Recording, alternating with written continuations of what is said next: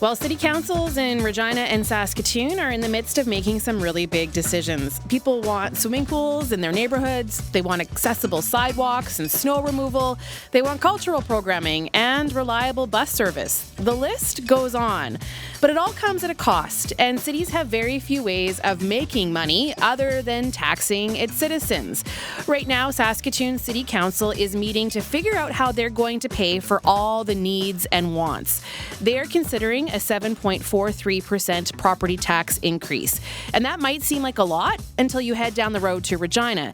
Council in that city could be looking at a 15.69% property tax increase just to maintain current service levels. Those decisions will be debated next month.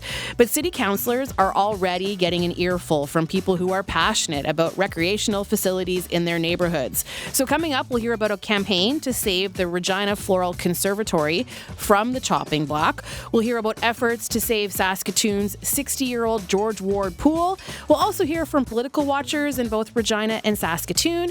And as always, we want to hear from you. Where do you think cities could be saving money?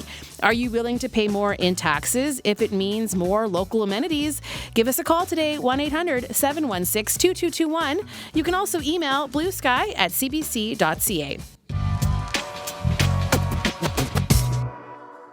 Well, as we speak, Saskatoon Mayor and Council are looking at ways to whittle down a projected 7.43% property tax increase.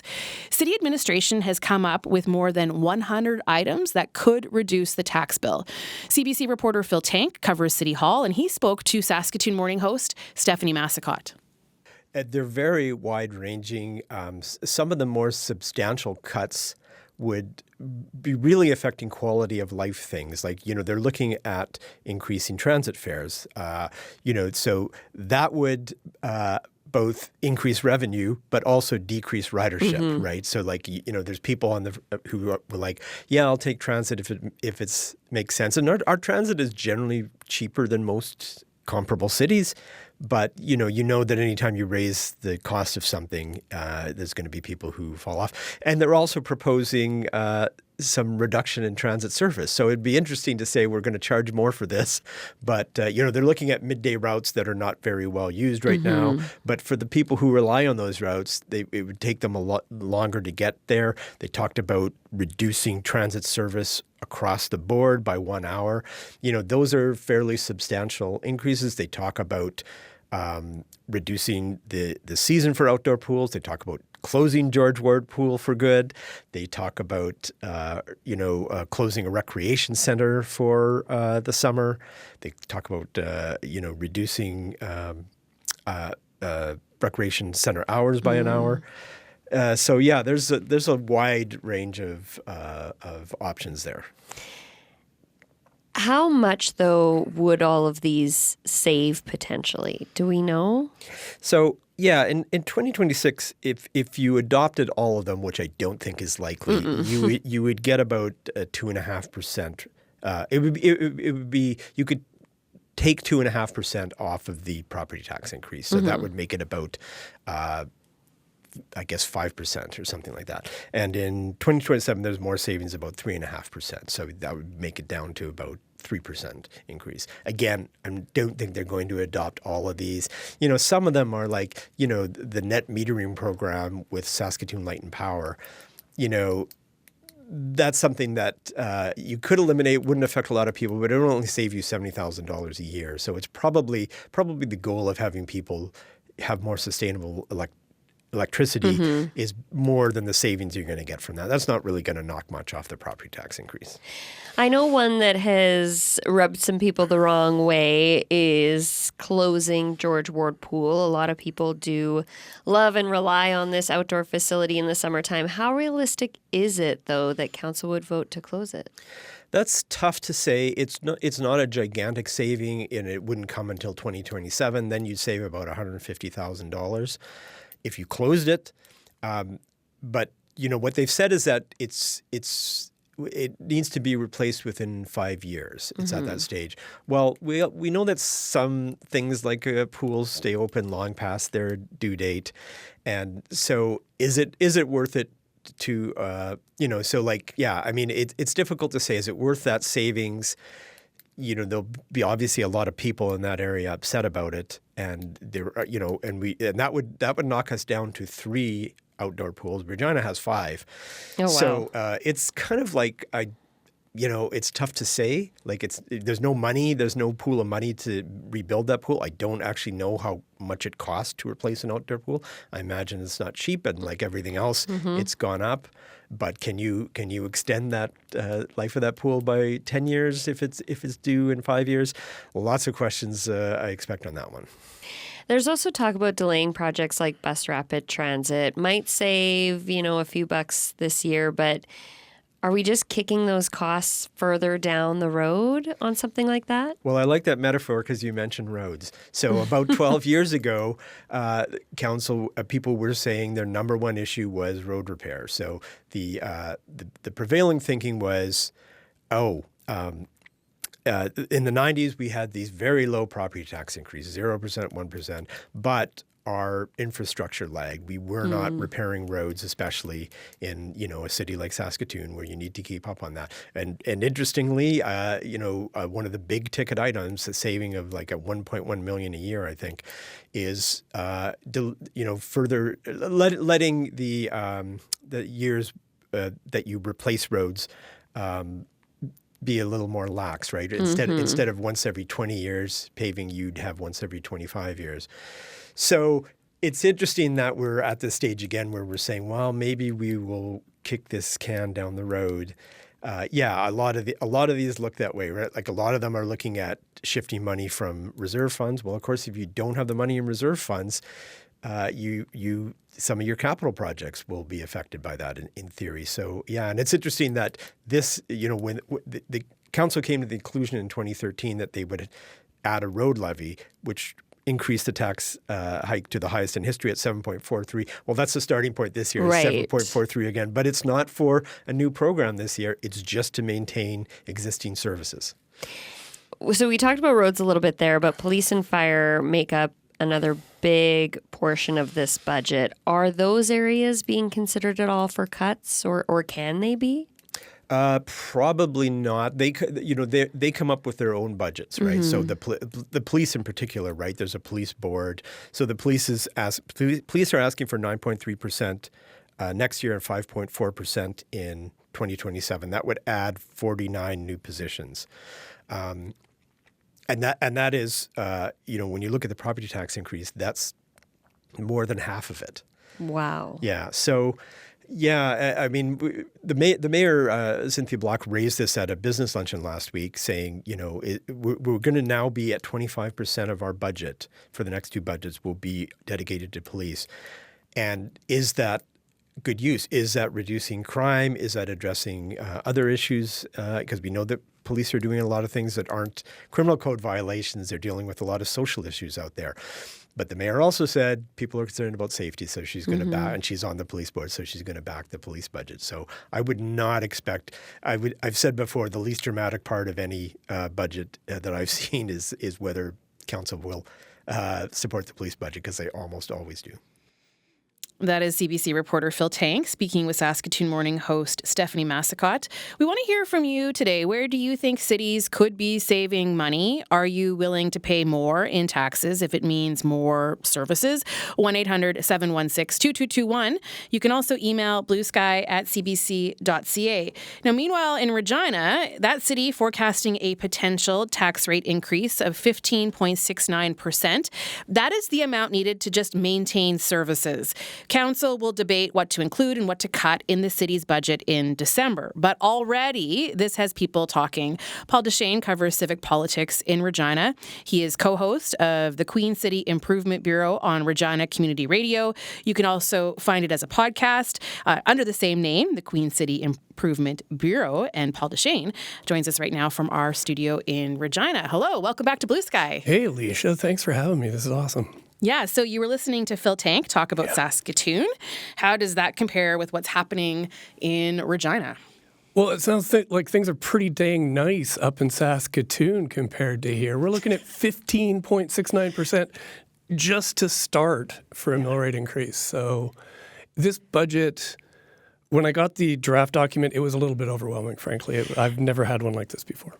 Yeah, and let's talk about what got Regina here, what got us here. So there's a bit of a backstory, I think, too, because we're talking about this a little bit earlier than we typically would, I think. So just explain, like, where did these numbers come from in the first place? Well, a lot of it is just inflation across the board. So there's inflation for staff, inflation for projects. Also, two things have happened here this year. One is, historically, when you look at how the mill rate breaks down, the increase, it will be, the actual amount that's going to the operations for the city is like a 1%, a 0.5%, a 2% increase, right? Like out of a 9% mill rate increase, what the city's actually getting is really a tiny, tiny sliver. Well, the crows are coming home to roost, and the city's basically saying, we need out of that 15.69%, we need 10.5% of that to just keep things going the way they've been going. Also, new this year, a lot of this stuff is happening out in the public, in public meetings that used to happen more behind closed doors. Mm-hmm. So in the past, we would have an autumn update and we would get a look at the budget then, basically the projections for revenue and expenses. And council would say, we don't like the way the mill rate is going right now. And then city staff would go off and they would just slash behind closed doors in consultation with council, in consultation with their user groups and their other people. And they would come back with one of these smaller mill rate increases. Well, this year, this is all kind of happening out in public. And a lot of this work is being put on council's shoulders to say, so we got a list. It's Appendix M13, and it's 14 pages of potential cuts that council can consider. And it comes to $68 million in cuts that they can look at. And those cuts, would that still maintain that proposed mill rate increase of 15%? Or if council implemented those cuts, that would whittle that number down? Right. Sorry. Yeah, if you implemented all $68 million in cuts, you'd actually get a 5% mill rate reduction, which has never happened, right? So that's going into next year with 5% less revenue than we have this year. So ignoring inflation, ignoring everything. So, and that was in response to a request from a councillor who said, what would it look like if we just, cut revenue by 5%?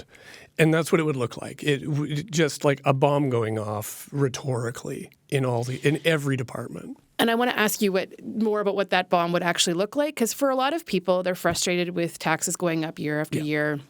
And to hear about the possibility of a 5% decrease, I mean, just like that, people would probably be open to that, thinking, "Oh, that's going to save me money."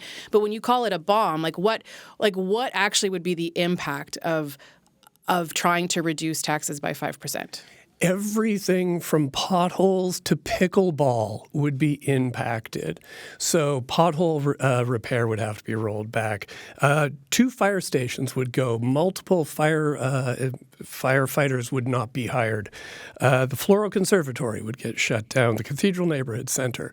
The most alarming thing to get there, though, for me, and it will only save us $5 million is the Community Investment Grant Program, which funds 152 or more community groups and nonprofits in Regina, like every festival, every community association, the Neo-Latina Friendship Center, the Circle Project, Open Door, like all of these crucial services that function on shoestring budgets. Their funding from the city, if this got eliminated, would just disappear. And all it would save us is $5 million. And that's just one of the scenarios that city administration put forward. If I'm understanding correctly, there's sort of 3 scenarios. Well, there's probably multiple scenarios. Like this is what council has to work through. If you keep it all or you cut it all, right, then you end up with your proposed tax, the tax increase. And so maybe just give people a sense of like what happens next, because you've got these options in this really large document. Not everybody's going to have time to go through that document, but what are the next steps that council needs to explore? Well, I mean, they have to go through this whole 500 and something page document, and they've got to start making choices about what they're willing to scrimp on and what they're willing to spend on. And then on December 15th through 19th, the Regina City Council is going to sit down, and first they're going to listen to delegations who are going to say, this is why you shouldn't cut our project. And then they have to like start hashing that out between themselves about how they're going to slash that budget. And yes, there was one councillor who said, let's consider a 5% mill rate reduction. But the mayor did, set up these other scenarios that said, well, what if we just had a 9% mill rate increase instead of a 15.69% mill rate increase? Or what if we had a 3% mill rate increase? But to get to that 9% mill rate increase, we have to cut $22 million in spending. And what does $22 million of cuts look like? Gosh, I haven't run the math. Yeah. But it's a lot of stuff has to go. And you're probably going to see, if I had to guess, I would say transit's in a lot of trouble in Regina because, councillors have been nosing around. There's a $3 million investment in the fleet reserve, and I don't think council's super keen on that. And there's a bunch of transit enhancements that were scheduled to take effect this year, and I think we're going to see a lot of those disappear. Well, when I was doing some reading before the show, a switch to hybrid bus replacements is one of the, things that was supposed to be coming. And if the list of requests were to actually be implemented, the mill rate increase could jump as high as 18.92%. And so that would help cover things like the switch to hybrid bus replacements, playground accessibility upgrades, the city's new homeless encampment strategy. So there's a lot of things on the table that people and mayor and council will have to decide what to pay for and what not to pay for. And then on top of all of it, our reserve situation is in a very poor place. And the city administration has been looking at how do we replenish our reserves, especially our general fund reserve, which is the big rainy day fund. And if we implemented their entire plan to replenish all of our reserves, that's an additional 2.7% mill rate increase on top of the 3.28 for the enhancements and then the 15.69%. So I just want to pose that same question I asked moments ago. How did we get here? How did Regina end up in such a tricky financial situation, do you think? Yeah. Well, again, we can't, you can't forget about inflation and the fact that every city is facing this, right? Every city is facing addictions and housing and inflation pressures right now.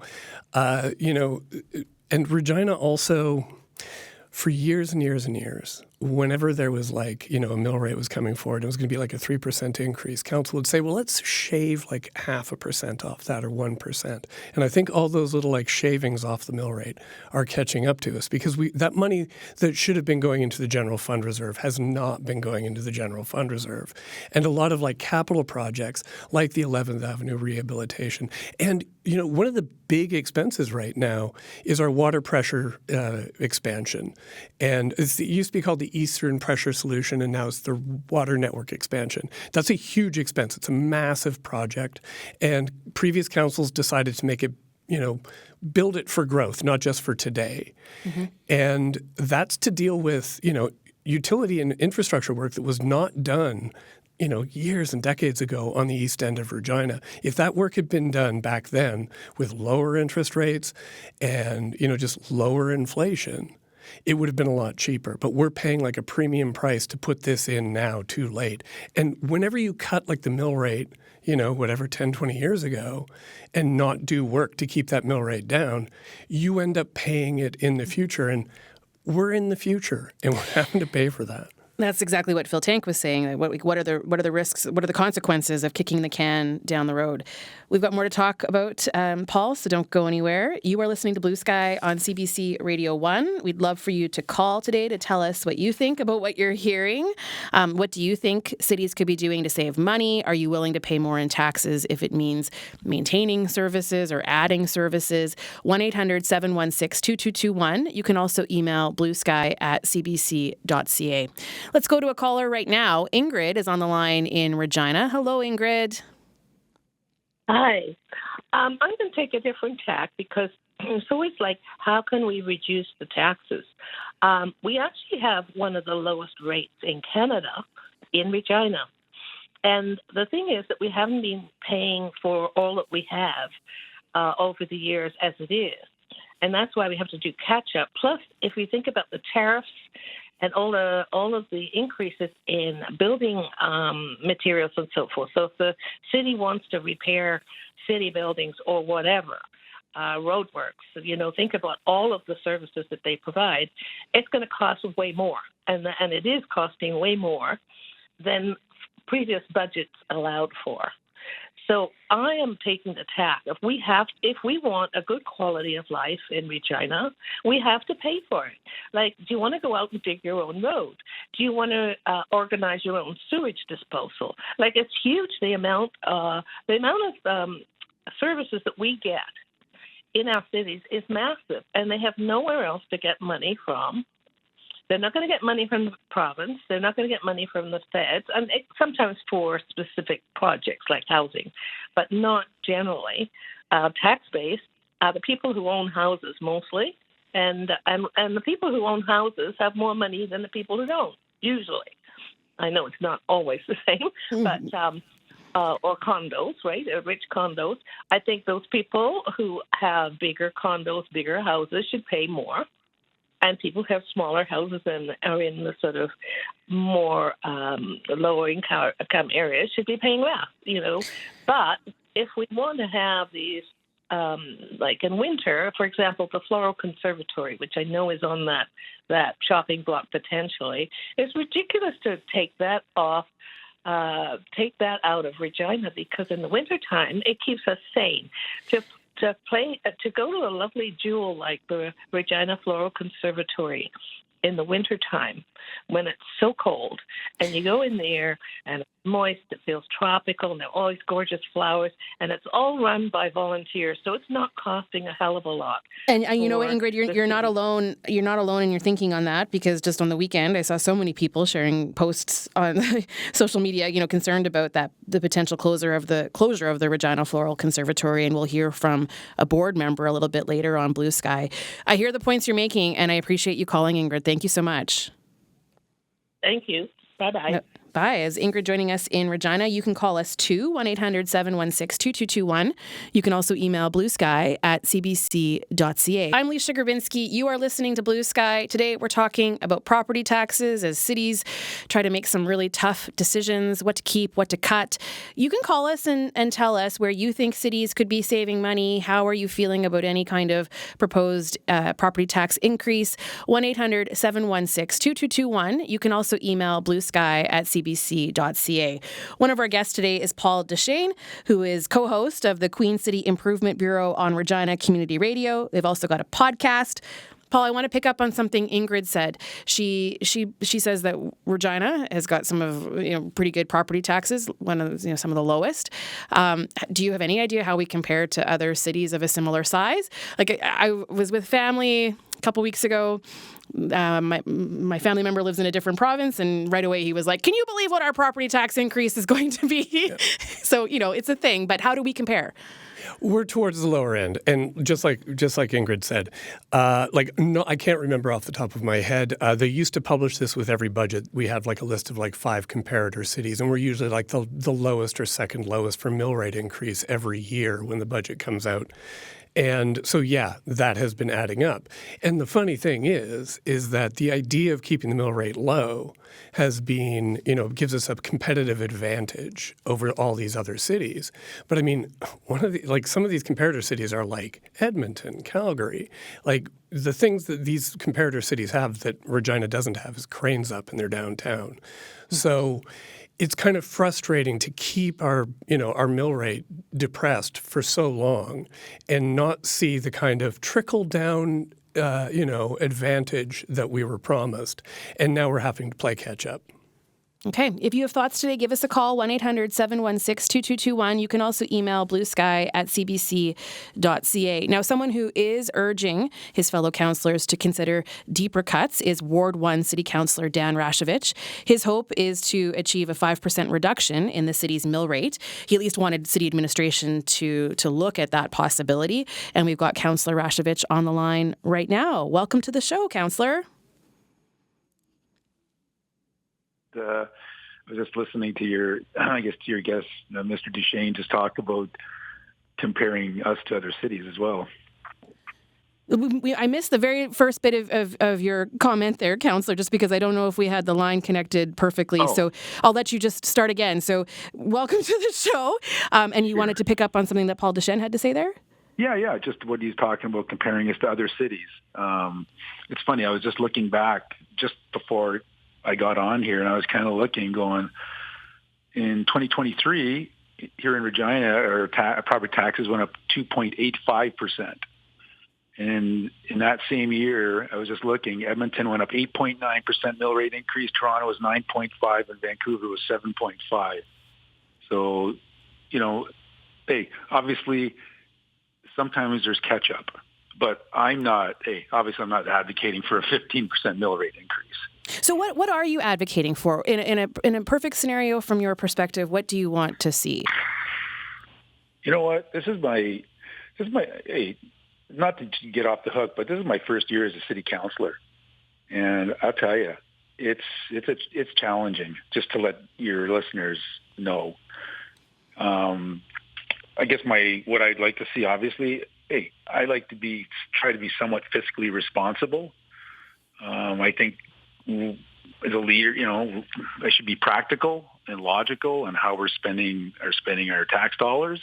We shouldn't be experimenting, let other bigger cities experiment if they have that extra money, but we're a small city. And so we should be prudent. I think we need to be a little bit prudent. If you're asking me what kind of percentage mill rate would I be happy with, I mean, that's. Sorry, you cut out there. No. Well, here I'll pose a question. Do we still have you, Councillor? What's that? Okay, you just cut out at a key moment there. I'm gonna pose another question to you though, just so I can understand your thinking, because you've got this large document now that outlines a few different scenarios. So, potential tax increase of 15.69%, but then there's alternate increases, 3%, or 6.5%, 9%, and then also the 5% cut to 2025's budget. So have you had time to go through that document to look at what the impact would be to cut by 5%? I haven't, no. I mean, we still have about 3 weeks. We still have about 3 weeks to go to look at all this. I just wanted to I put that forward. I just wanted to see what it looks like. Yeah, I just want to see what it looks like. But you don't know what it looks like yet because you haven't had it. Yeah. Exactly. So, but I mean, if you're asking me, what were some, if everybody took, for example, took a 5% cut, I mean, I'm saying overall in the city, just look at your own budget within the city. You know what? I'm sure people could find 5%. Or, I'm kind of looking at it, if you're going to ask me. So, for example, last year in the budget, I brought this up with transit. We increased our spending by about $7.7 million, which was about a 26.5% increase over the year before. I'm like, 26.5%? It sure seems like a lot to me when the ridership only went up, say, 4%. So when I start looking at things like that, I go, and then you add like 20 to 25,000 extra bus hours. Is that totally necessary? I mean, those are the things that maybe, you got to look at. What have you heard from people, though, who rely on the bus? Like, I don't know if you ride the bus or drive a car, but if someone were to take your car away or say you can't drive it after a certain time, what would be the impact on you? So I'm just curious if you've heard from people who rely on transit to get around the city. I haven't talked to, at council, we have people come in and talk, right? But hey, I'll be honest with you, I didn't get my driver's license until I was 26. So, because we couldn't afford a car when I was growing up. So, hey, I understand people have challenges, but again, we only recover between 28 and, if we're going to just talk transit, but we can talk about other things too, but if we're just going to talk transit, we only recover 28 to 31% of the revenue. So maybe it's a combination of increasing fares, decrease in some hours. I'm saying it's not all transit, but it's one thing. If you want to go on to something else, you want to go on to fluoride, well, there's $2 to $3 million to put the infrastructure in place, and there's $300,000 a year to put the chemical in the water. And what would be the savings on dental care and people's health? Hey, we haven't had it. It's not in our water. So you know what? I guess, do you ever see signs in the hospital that say, don't wear perfume or scents, because people are very sensitive, they're sensitive that's in the air. So what's the difference in putting something in the water all of a sudden? I think you need to respect people's sort of, clean air, clean water, et cetera, right? So, but anyways, you know what? And you're talking about the floral conservatory. We could fund the floral conservatory for 4 years with the amount of money we're going to the cost to put $300,000 a year of fluoride in the water. I guess, people have to make choices, right? And how are you going to make these choices? How will you do your research? Who will you speak to? Of course I do. But again, am I an expert in all this stuff? No, I'm not. I don't think any counselor is. I really don't. There's so many diverse topics and so many different ways to look at things. So how will you do that research? Well, I do a lot of reading, put it that way. I do a lot of reading, and I talk to a lot of people, talk to people in my community, talk to people, other fellow counselors. I've suggested with council, I said, you know what, we should, get together with administration, not to debate, but to get together and sit down and go over this budget document and discuss it so we all understand it in a much better way, right? I know a lot of times people say we need to get back to core services, and there's probably different opinions on what those core services are. But what would you consider to be essential services that a city should provide? That's funny. I got that document right in front of me.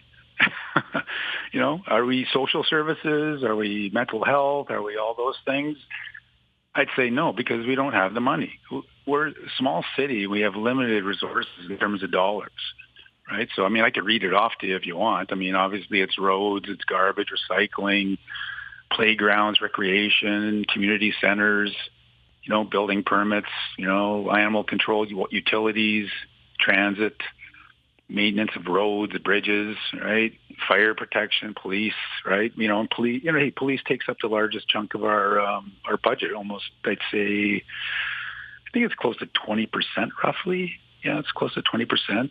I think it would account for 2.2% of the mill rate increase if it were to be 15.69. Yeah. What are your thoughts on that? And do you see ways to trim the police budget? Well, right this year, I guess the provincial government, they are putting about, I forget the exact dollar, but I know it's called the Safer Communities and Neighborhood, Act. It's called SCAN, and so we're going to have an extra 32. I think it's between 32 and 39 officers in the city, which is being funded by the provincial government.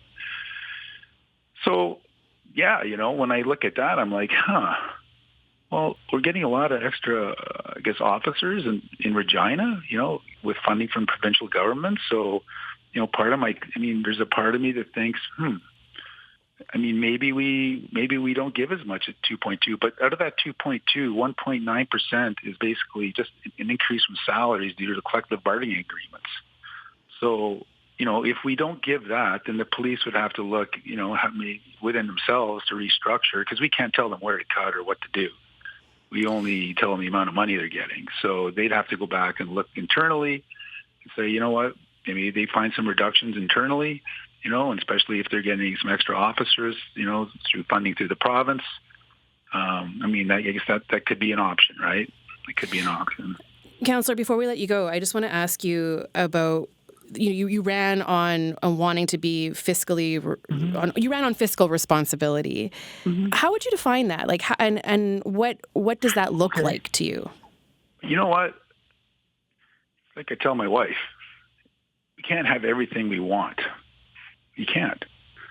There's wants. I guess I say there's wants and needs, and everybody, I get all kinds of emails from all kinds of people, and everybody, I guess, has a different idea of what we need, right? And so that question that you came back to me earlier asking about the city's responsibilities, and staying in our lanes, and I always hear that a lot about staying in our lanes, and I think, again, and I guess the other part would be when I was door knocking, you listen to people, you talk to people, and, and I guess the biggest thing is there's only so many dollars, and we need to try to stay within our lanes, and I guess the last thing I'll say too is, especially with the homeless situation and all that, I think that, the city doesn't have the dollars to deal with mental illness, in housing.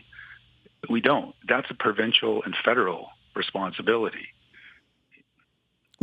We'll say with that. We'll leave it there for today. I know there's going to be other opportunities to talk to you, especially once you've had a chance to look more closely at that large document. So, Councillor Rashevich, thank you for your time today. Yeah, thank you.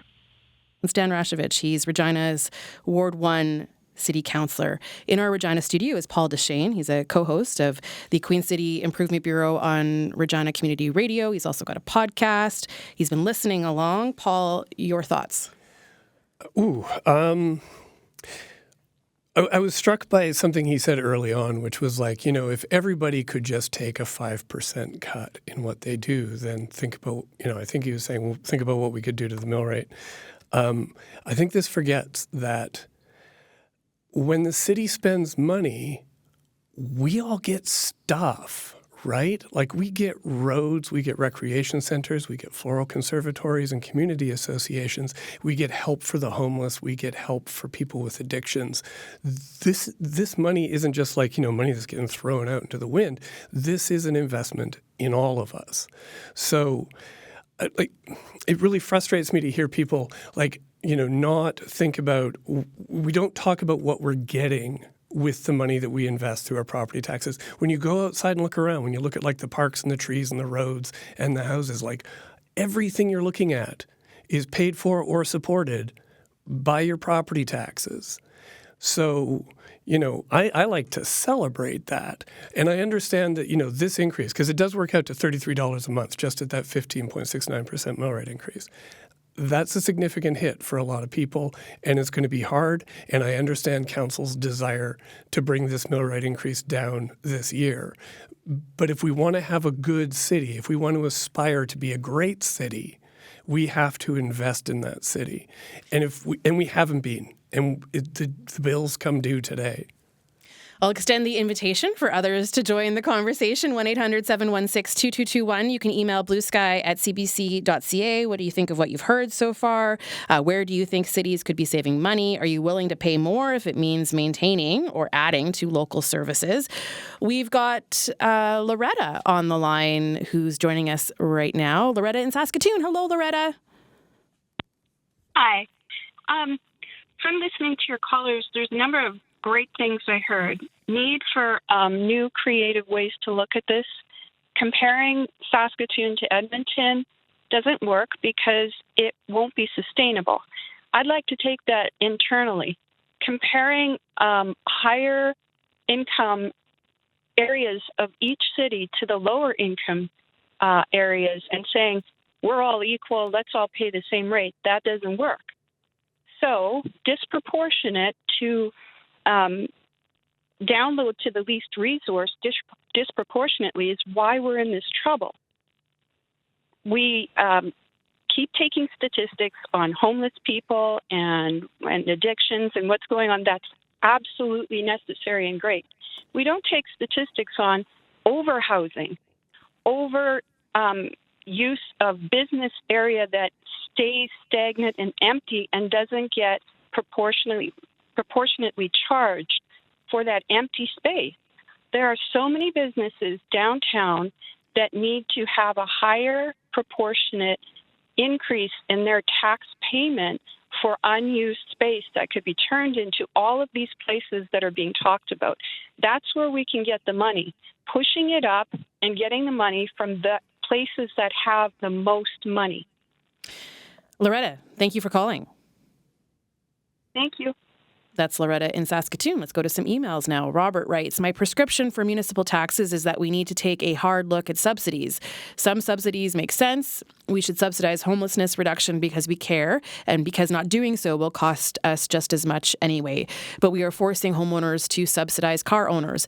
Even though most homeowners own cars, we need to shift away from the subsidy model because what is underpriced is overused. Because overuse of cars puts a massive cost on the city. Because overused cars do do not make the city a better place, and because many people would like to get around without a car, but the overuse of cars makes that difficult and dangerous. We need to shift some of the costs of motoring onto avid motorists. That means higher fuel and registration prices and parking and road tolls, etc., so that car users can help contribute to the cost of their rides instead of leaning so heavily on the taxpayers and property owners. Another subsidy that needs a good hard look is the de facto subsidy of core neighborhoods supporting the suburbs. Let suburban properties pay for the cost of the sprawl they enjoy. You can call us too, 1-800-716-2221. You can also email bluesky@cbc.ca. We've got Mike on the line in Regina. Hello, Mike. Hello. What are your thoughts? Well, my concern is that we talk about a percentage increase in the mill rate, and city administration likes to use that number. But there's another factor in there, and that's the assessment value. We had a reassessment for 2025 taxes. My taxes had city portion of my taxes hugely increased last year, like 21%. So I think you should be looking at what was the total tax take in 2025 compared to what was the total tax take in 2024. What was that increase? And I think that's what that's a major part of this that nobody's talking about. Okay, Mike, thanks for calling. Paul, do you have any? Thanks, Mike. Paul, do you have any thoughts on that? I know that when people get a reassessment, it can be quite a hit. Yeah. The goal with reassessment, though, isn't to sneakily impose a mill rate increase on, all citizens. It's to rejig who's paying how much of the mill rate. So while there were houses that took a hit and their mill rates went up, there were others that went down, their assessments went down. So, the goal with a reassessment is to just make sure that everything is fair, and the revenue ends up being set to neutral at the end of it. At the same time, though, I know that some people got hit with really harsh reassessments that were much higher. And the city has ways to deal with that, which is, to phase those in over a number of years. I don't think they did one of those residentially this year. It takes a lot of work. And I think that they're planning, actually, for the next reassessment for people who face massive changes in their bills, that they will get that phase in. Okay. We've got an email from Stephen who writes, half of Saskatchewan's population lives in Regina and Saskatoon. Does the provincial government transfer enough money to our major cities? Paul, do you have an answer to that? Well, yeah, no, I don't think so. Yeah, I think it's pretty clear it's a good question.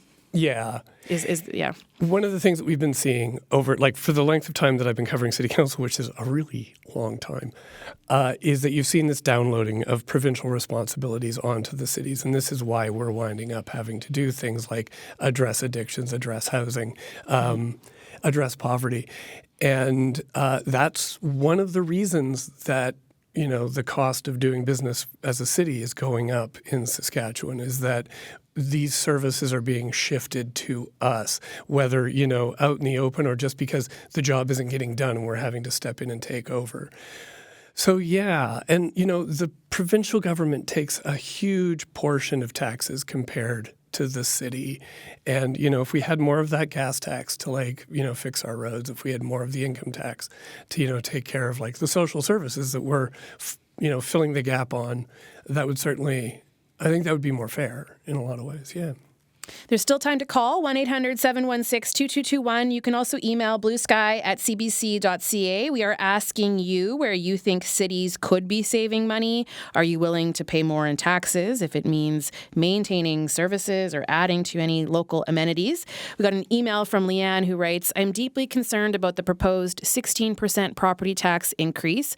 With inflation continuing to rise and the cost of living already out of control, many of us are struggling just to get by. It feels like we're all working only to survive, and that is simply unacceptable. It's not the fault of residents that our city, provincial, and national leaders seem unable to prioritize what truly matters. Revamping Dewdney Avenue may look good on paper, but how about focusing on our roads instead? Drive around the city and see for yourself. Many roads are in terrible condition. And while we're at it, Take a look at the city's overall appearance. We are supposed to be the Queen City, yet it hardly reflects that title.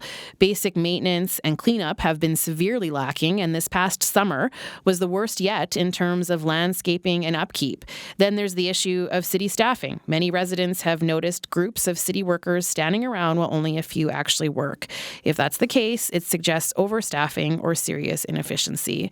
So where exactly is all our tax money going when our city is in this state? It's fair to ask, what is happening behind the scenes and how is our money really being spent? I could go on, but I'll end it there. That comes to us from Leanne. Paul, anything you want to pick up there from Leanne's email? Yeah, I think one of the things that people say is that we always got to get back to our core services.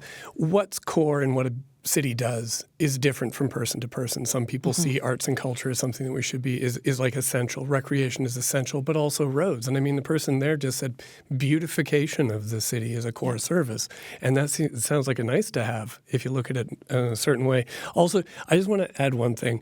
I used to do like manual labor back in the days when I was a scrawny university student, and I've dug ditches. And I will never look at a crew from the city and see people standing around and feel bad about that, because I know what it's like to dig a ditch, and sometimes you got to stand on your shovel. I'll read another email here from Julian, who writes, the current sky-high property tax increase for Regina doesn't even take into account the 500 kilometers of old asbestos cement water pipes the city says are still delivering water to customers.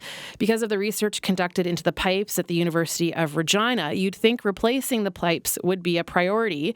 Yet I see it will take up to 60 years in Regina. I also see there are 350 kilometers in Saskatoon with an estimated replacement cost of $800 million. Paul, I will fully admit I've lost track of how each city is dealing with that issue. I know there's differences. Do you want to just chime in there at all? One of the reasons the mill rate increase is so high is that we're dealing with the cement pipes. And it's a process that's going to take years and years and years to replace them all out. Frankly, I don't think that this is a crisis in the same way that the lead pipes in Regina is a crisis. We have like tens of thousands, well, I think it's like 10 to 20,000 lead connectors on the city side that the city owns that are lead in neighborhoods like North Central, Cathedral, Heritage, downtown. And those are a known significant health hazard. And the city has to invest in getting those out. They are. I would argue they're not moving fast enough on it. But again, to do that work faster, you have to bring up the mill rate and the utility rates. I just want to quickly go to one last caller. James in Saskatoon. I'll give you like 30 seconds. Hi, James. Yeah, okay, thank you so kindly. I do have to say that I think the one area within our city council, especially here in Saskatoon, is the amount of bureaucracy that we have in the city planning department. I don't think that there's a person out there that have gone to say in the last 20 years that, oh my God, I think the things at City Hall have gotten so much better because of the planning department. I think that there's a lot of fat in that department that needs to be removed and get rid of the 5 steps. Thank you. Okay. Sorry, James. We are out of time, and I know I think it was it Leanne who said she could go on and on. We could go on and on and on today, but we have to end things there. So, Paul, this has been a really important conversation, and I'd like to thank you for the time that you gave us today. I was happy to do this. Thanks. I needed to vent and rant to somebody about this budget, so thank you. Here I am. I'm all ears. To all of you, thank you so much to everyone who called today. We really appreciate it. That's Paul Deshane. He is co-host of the Queen City Improvement Bureau on Regina Community Radio. You can also find it as a podcast. I'm Leisha Grabinski. You've been listening to Blue Sky here on CBC Radio 1.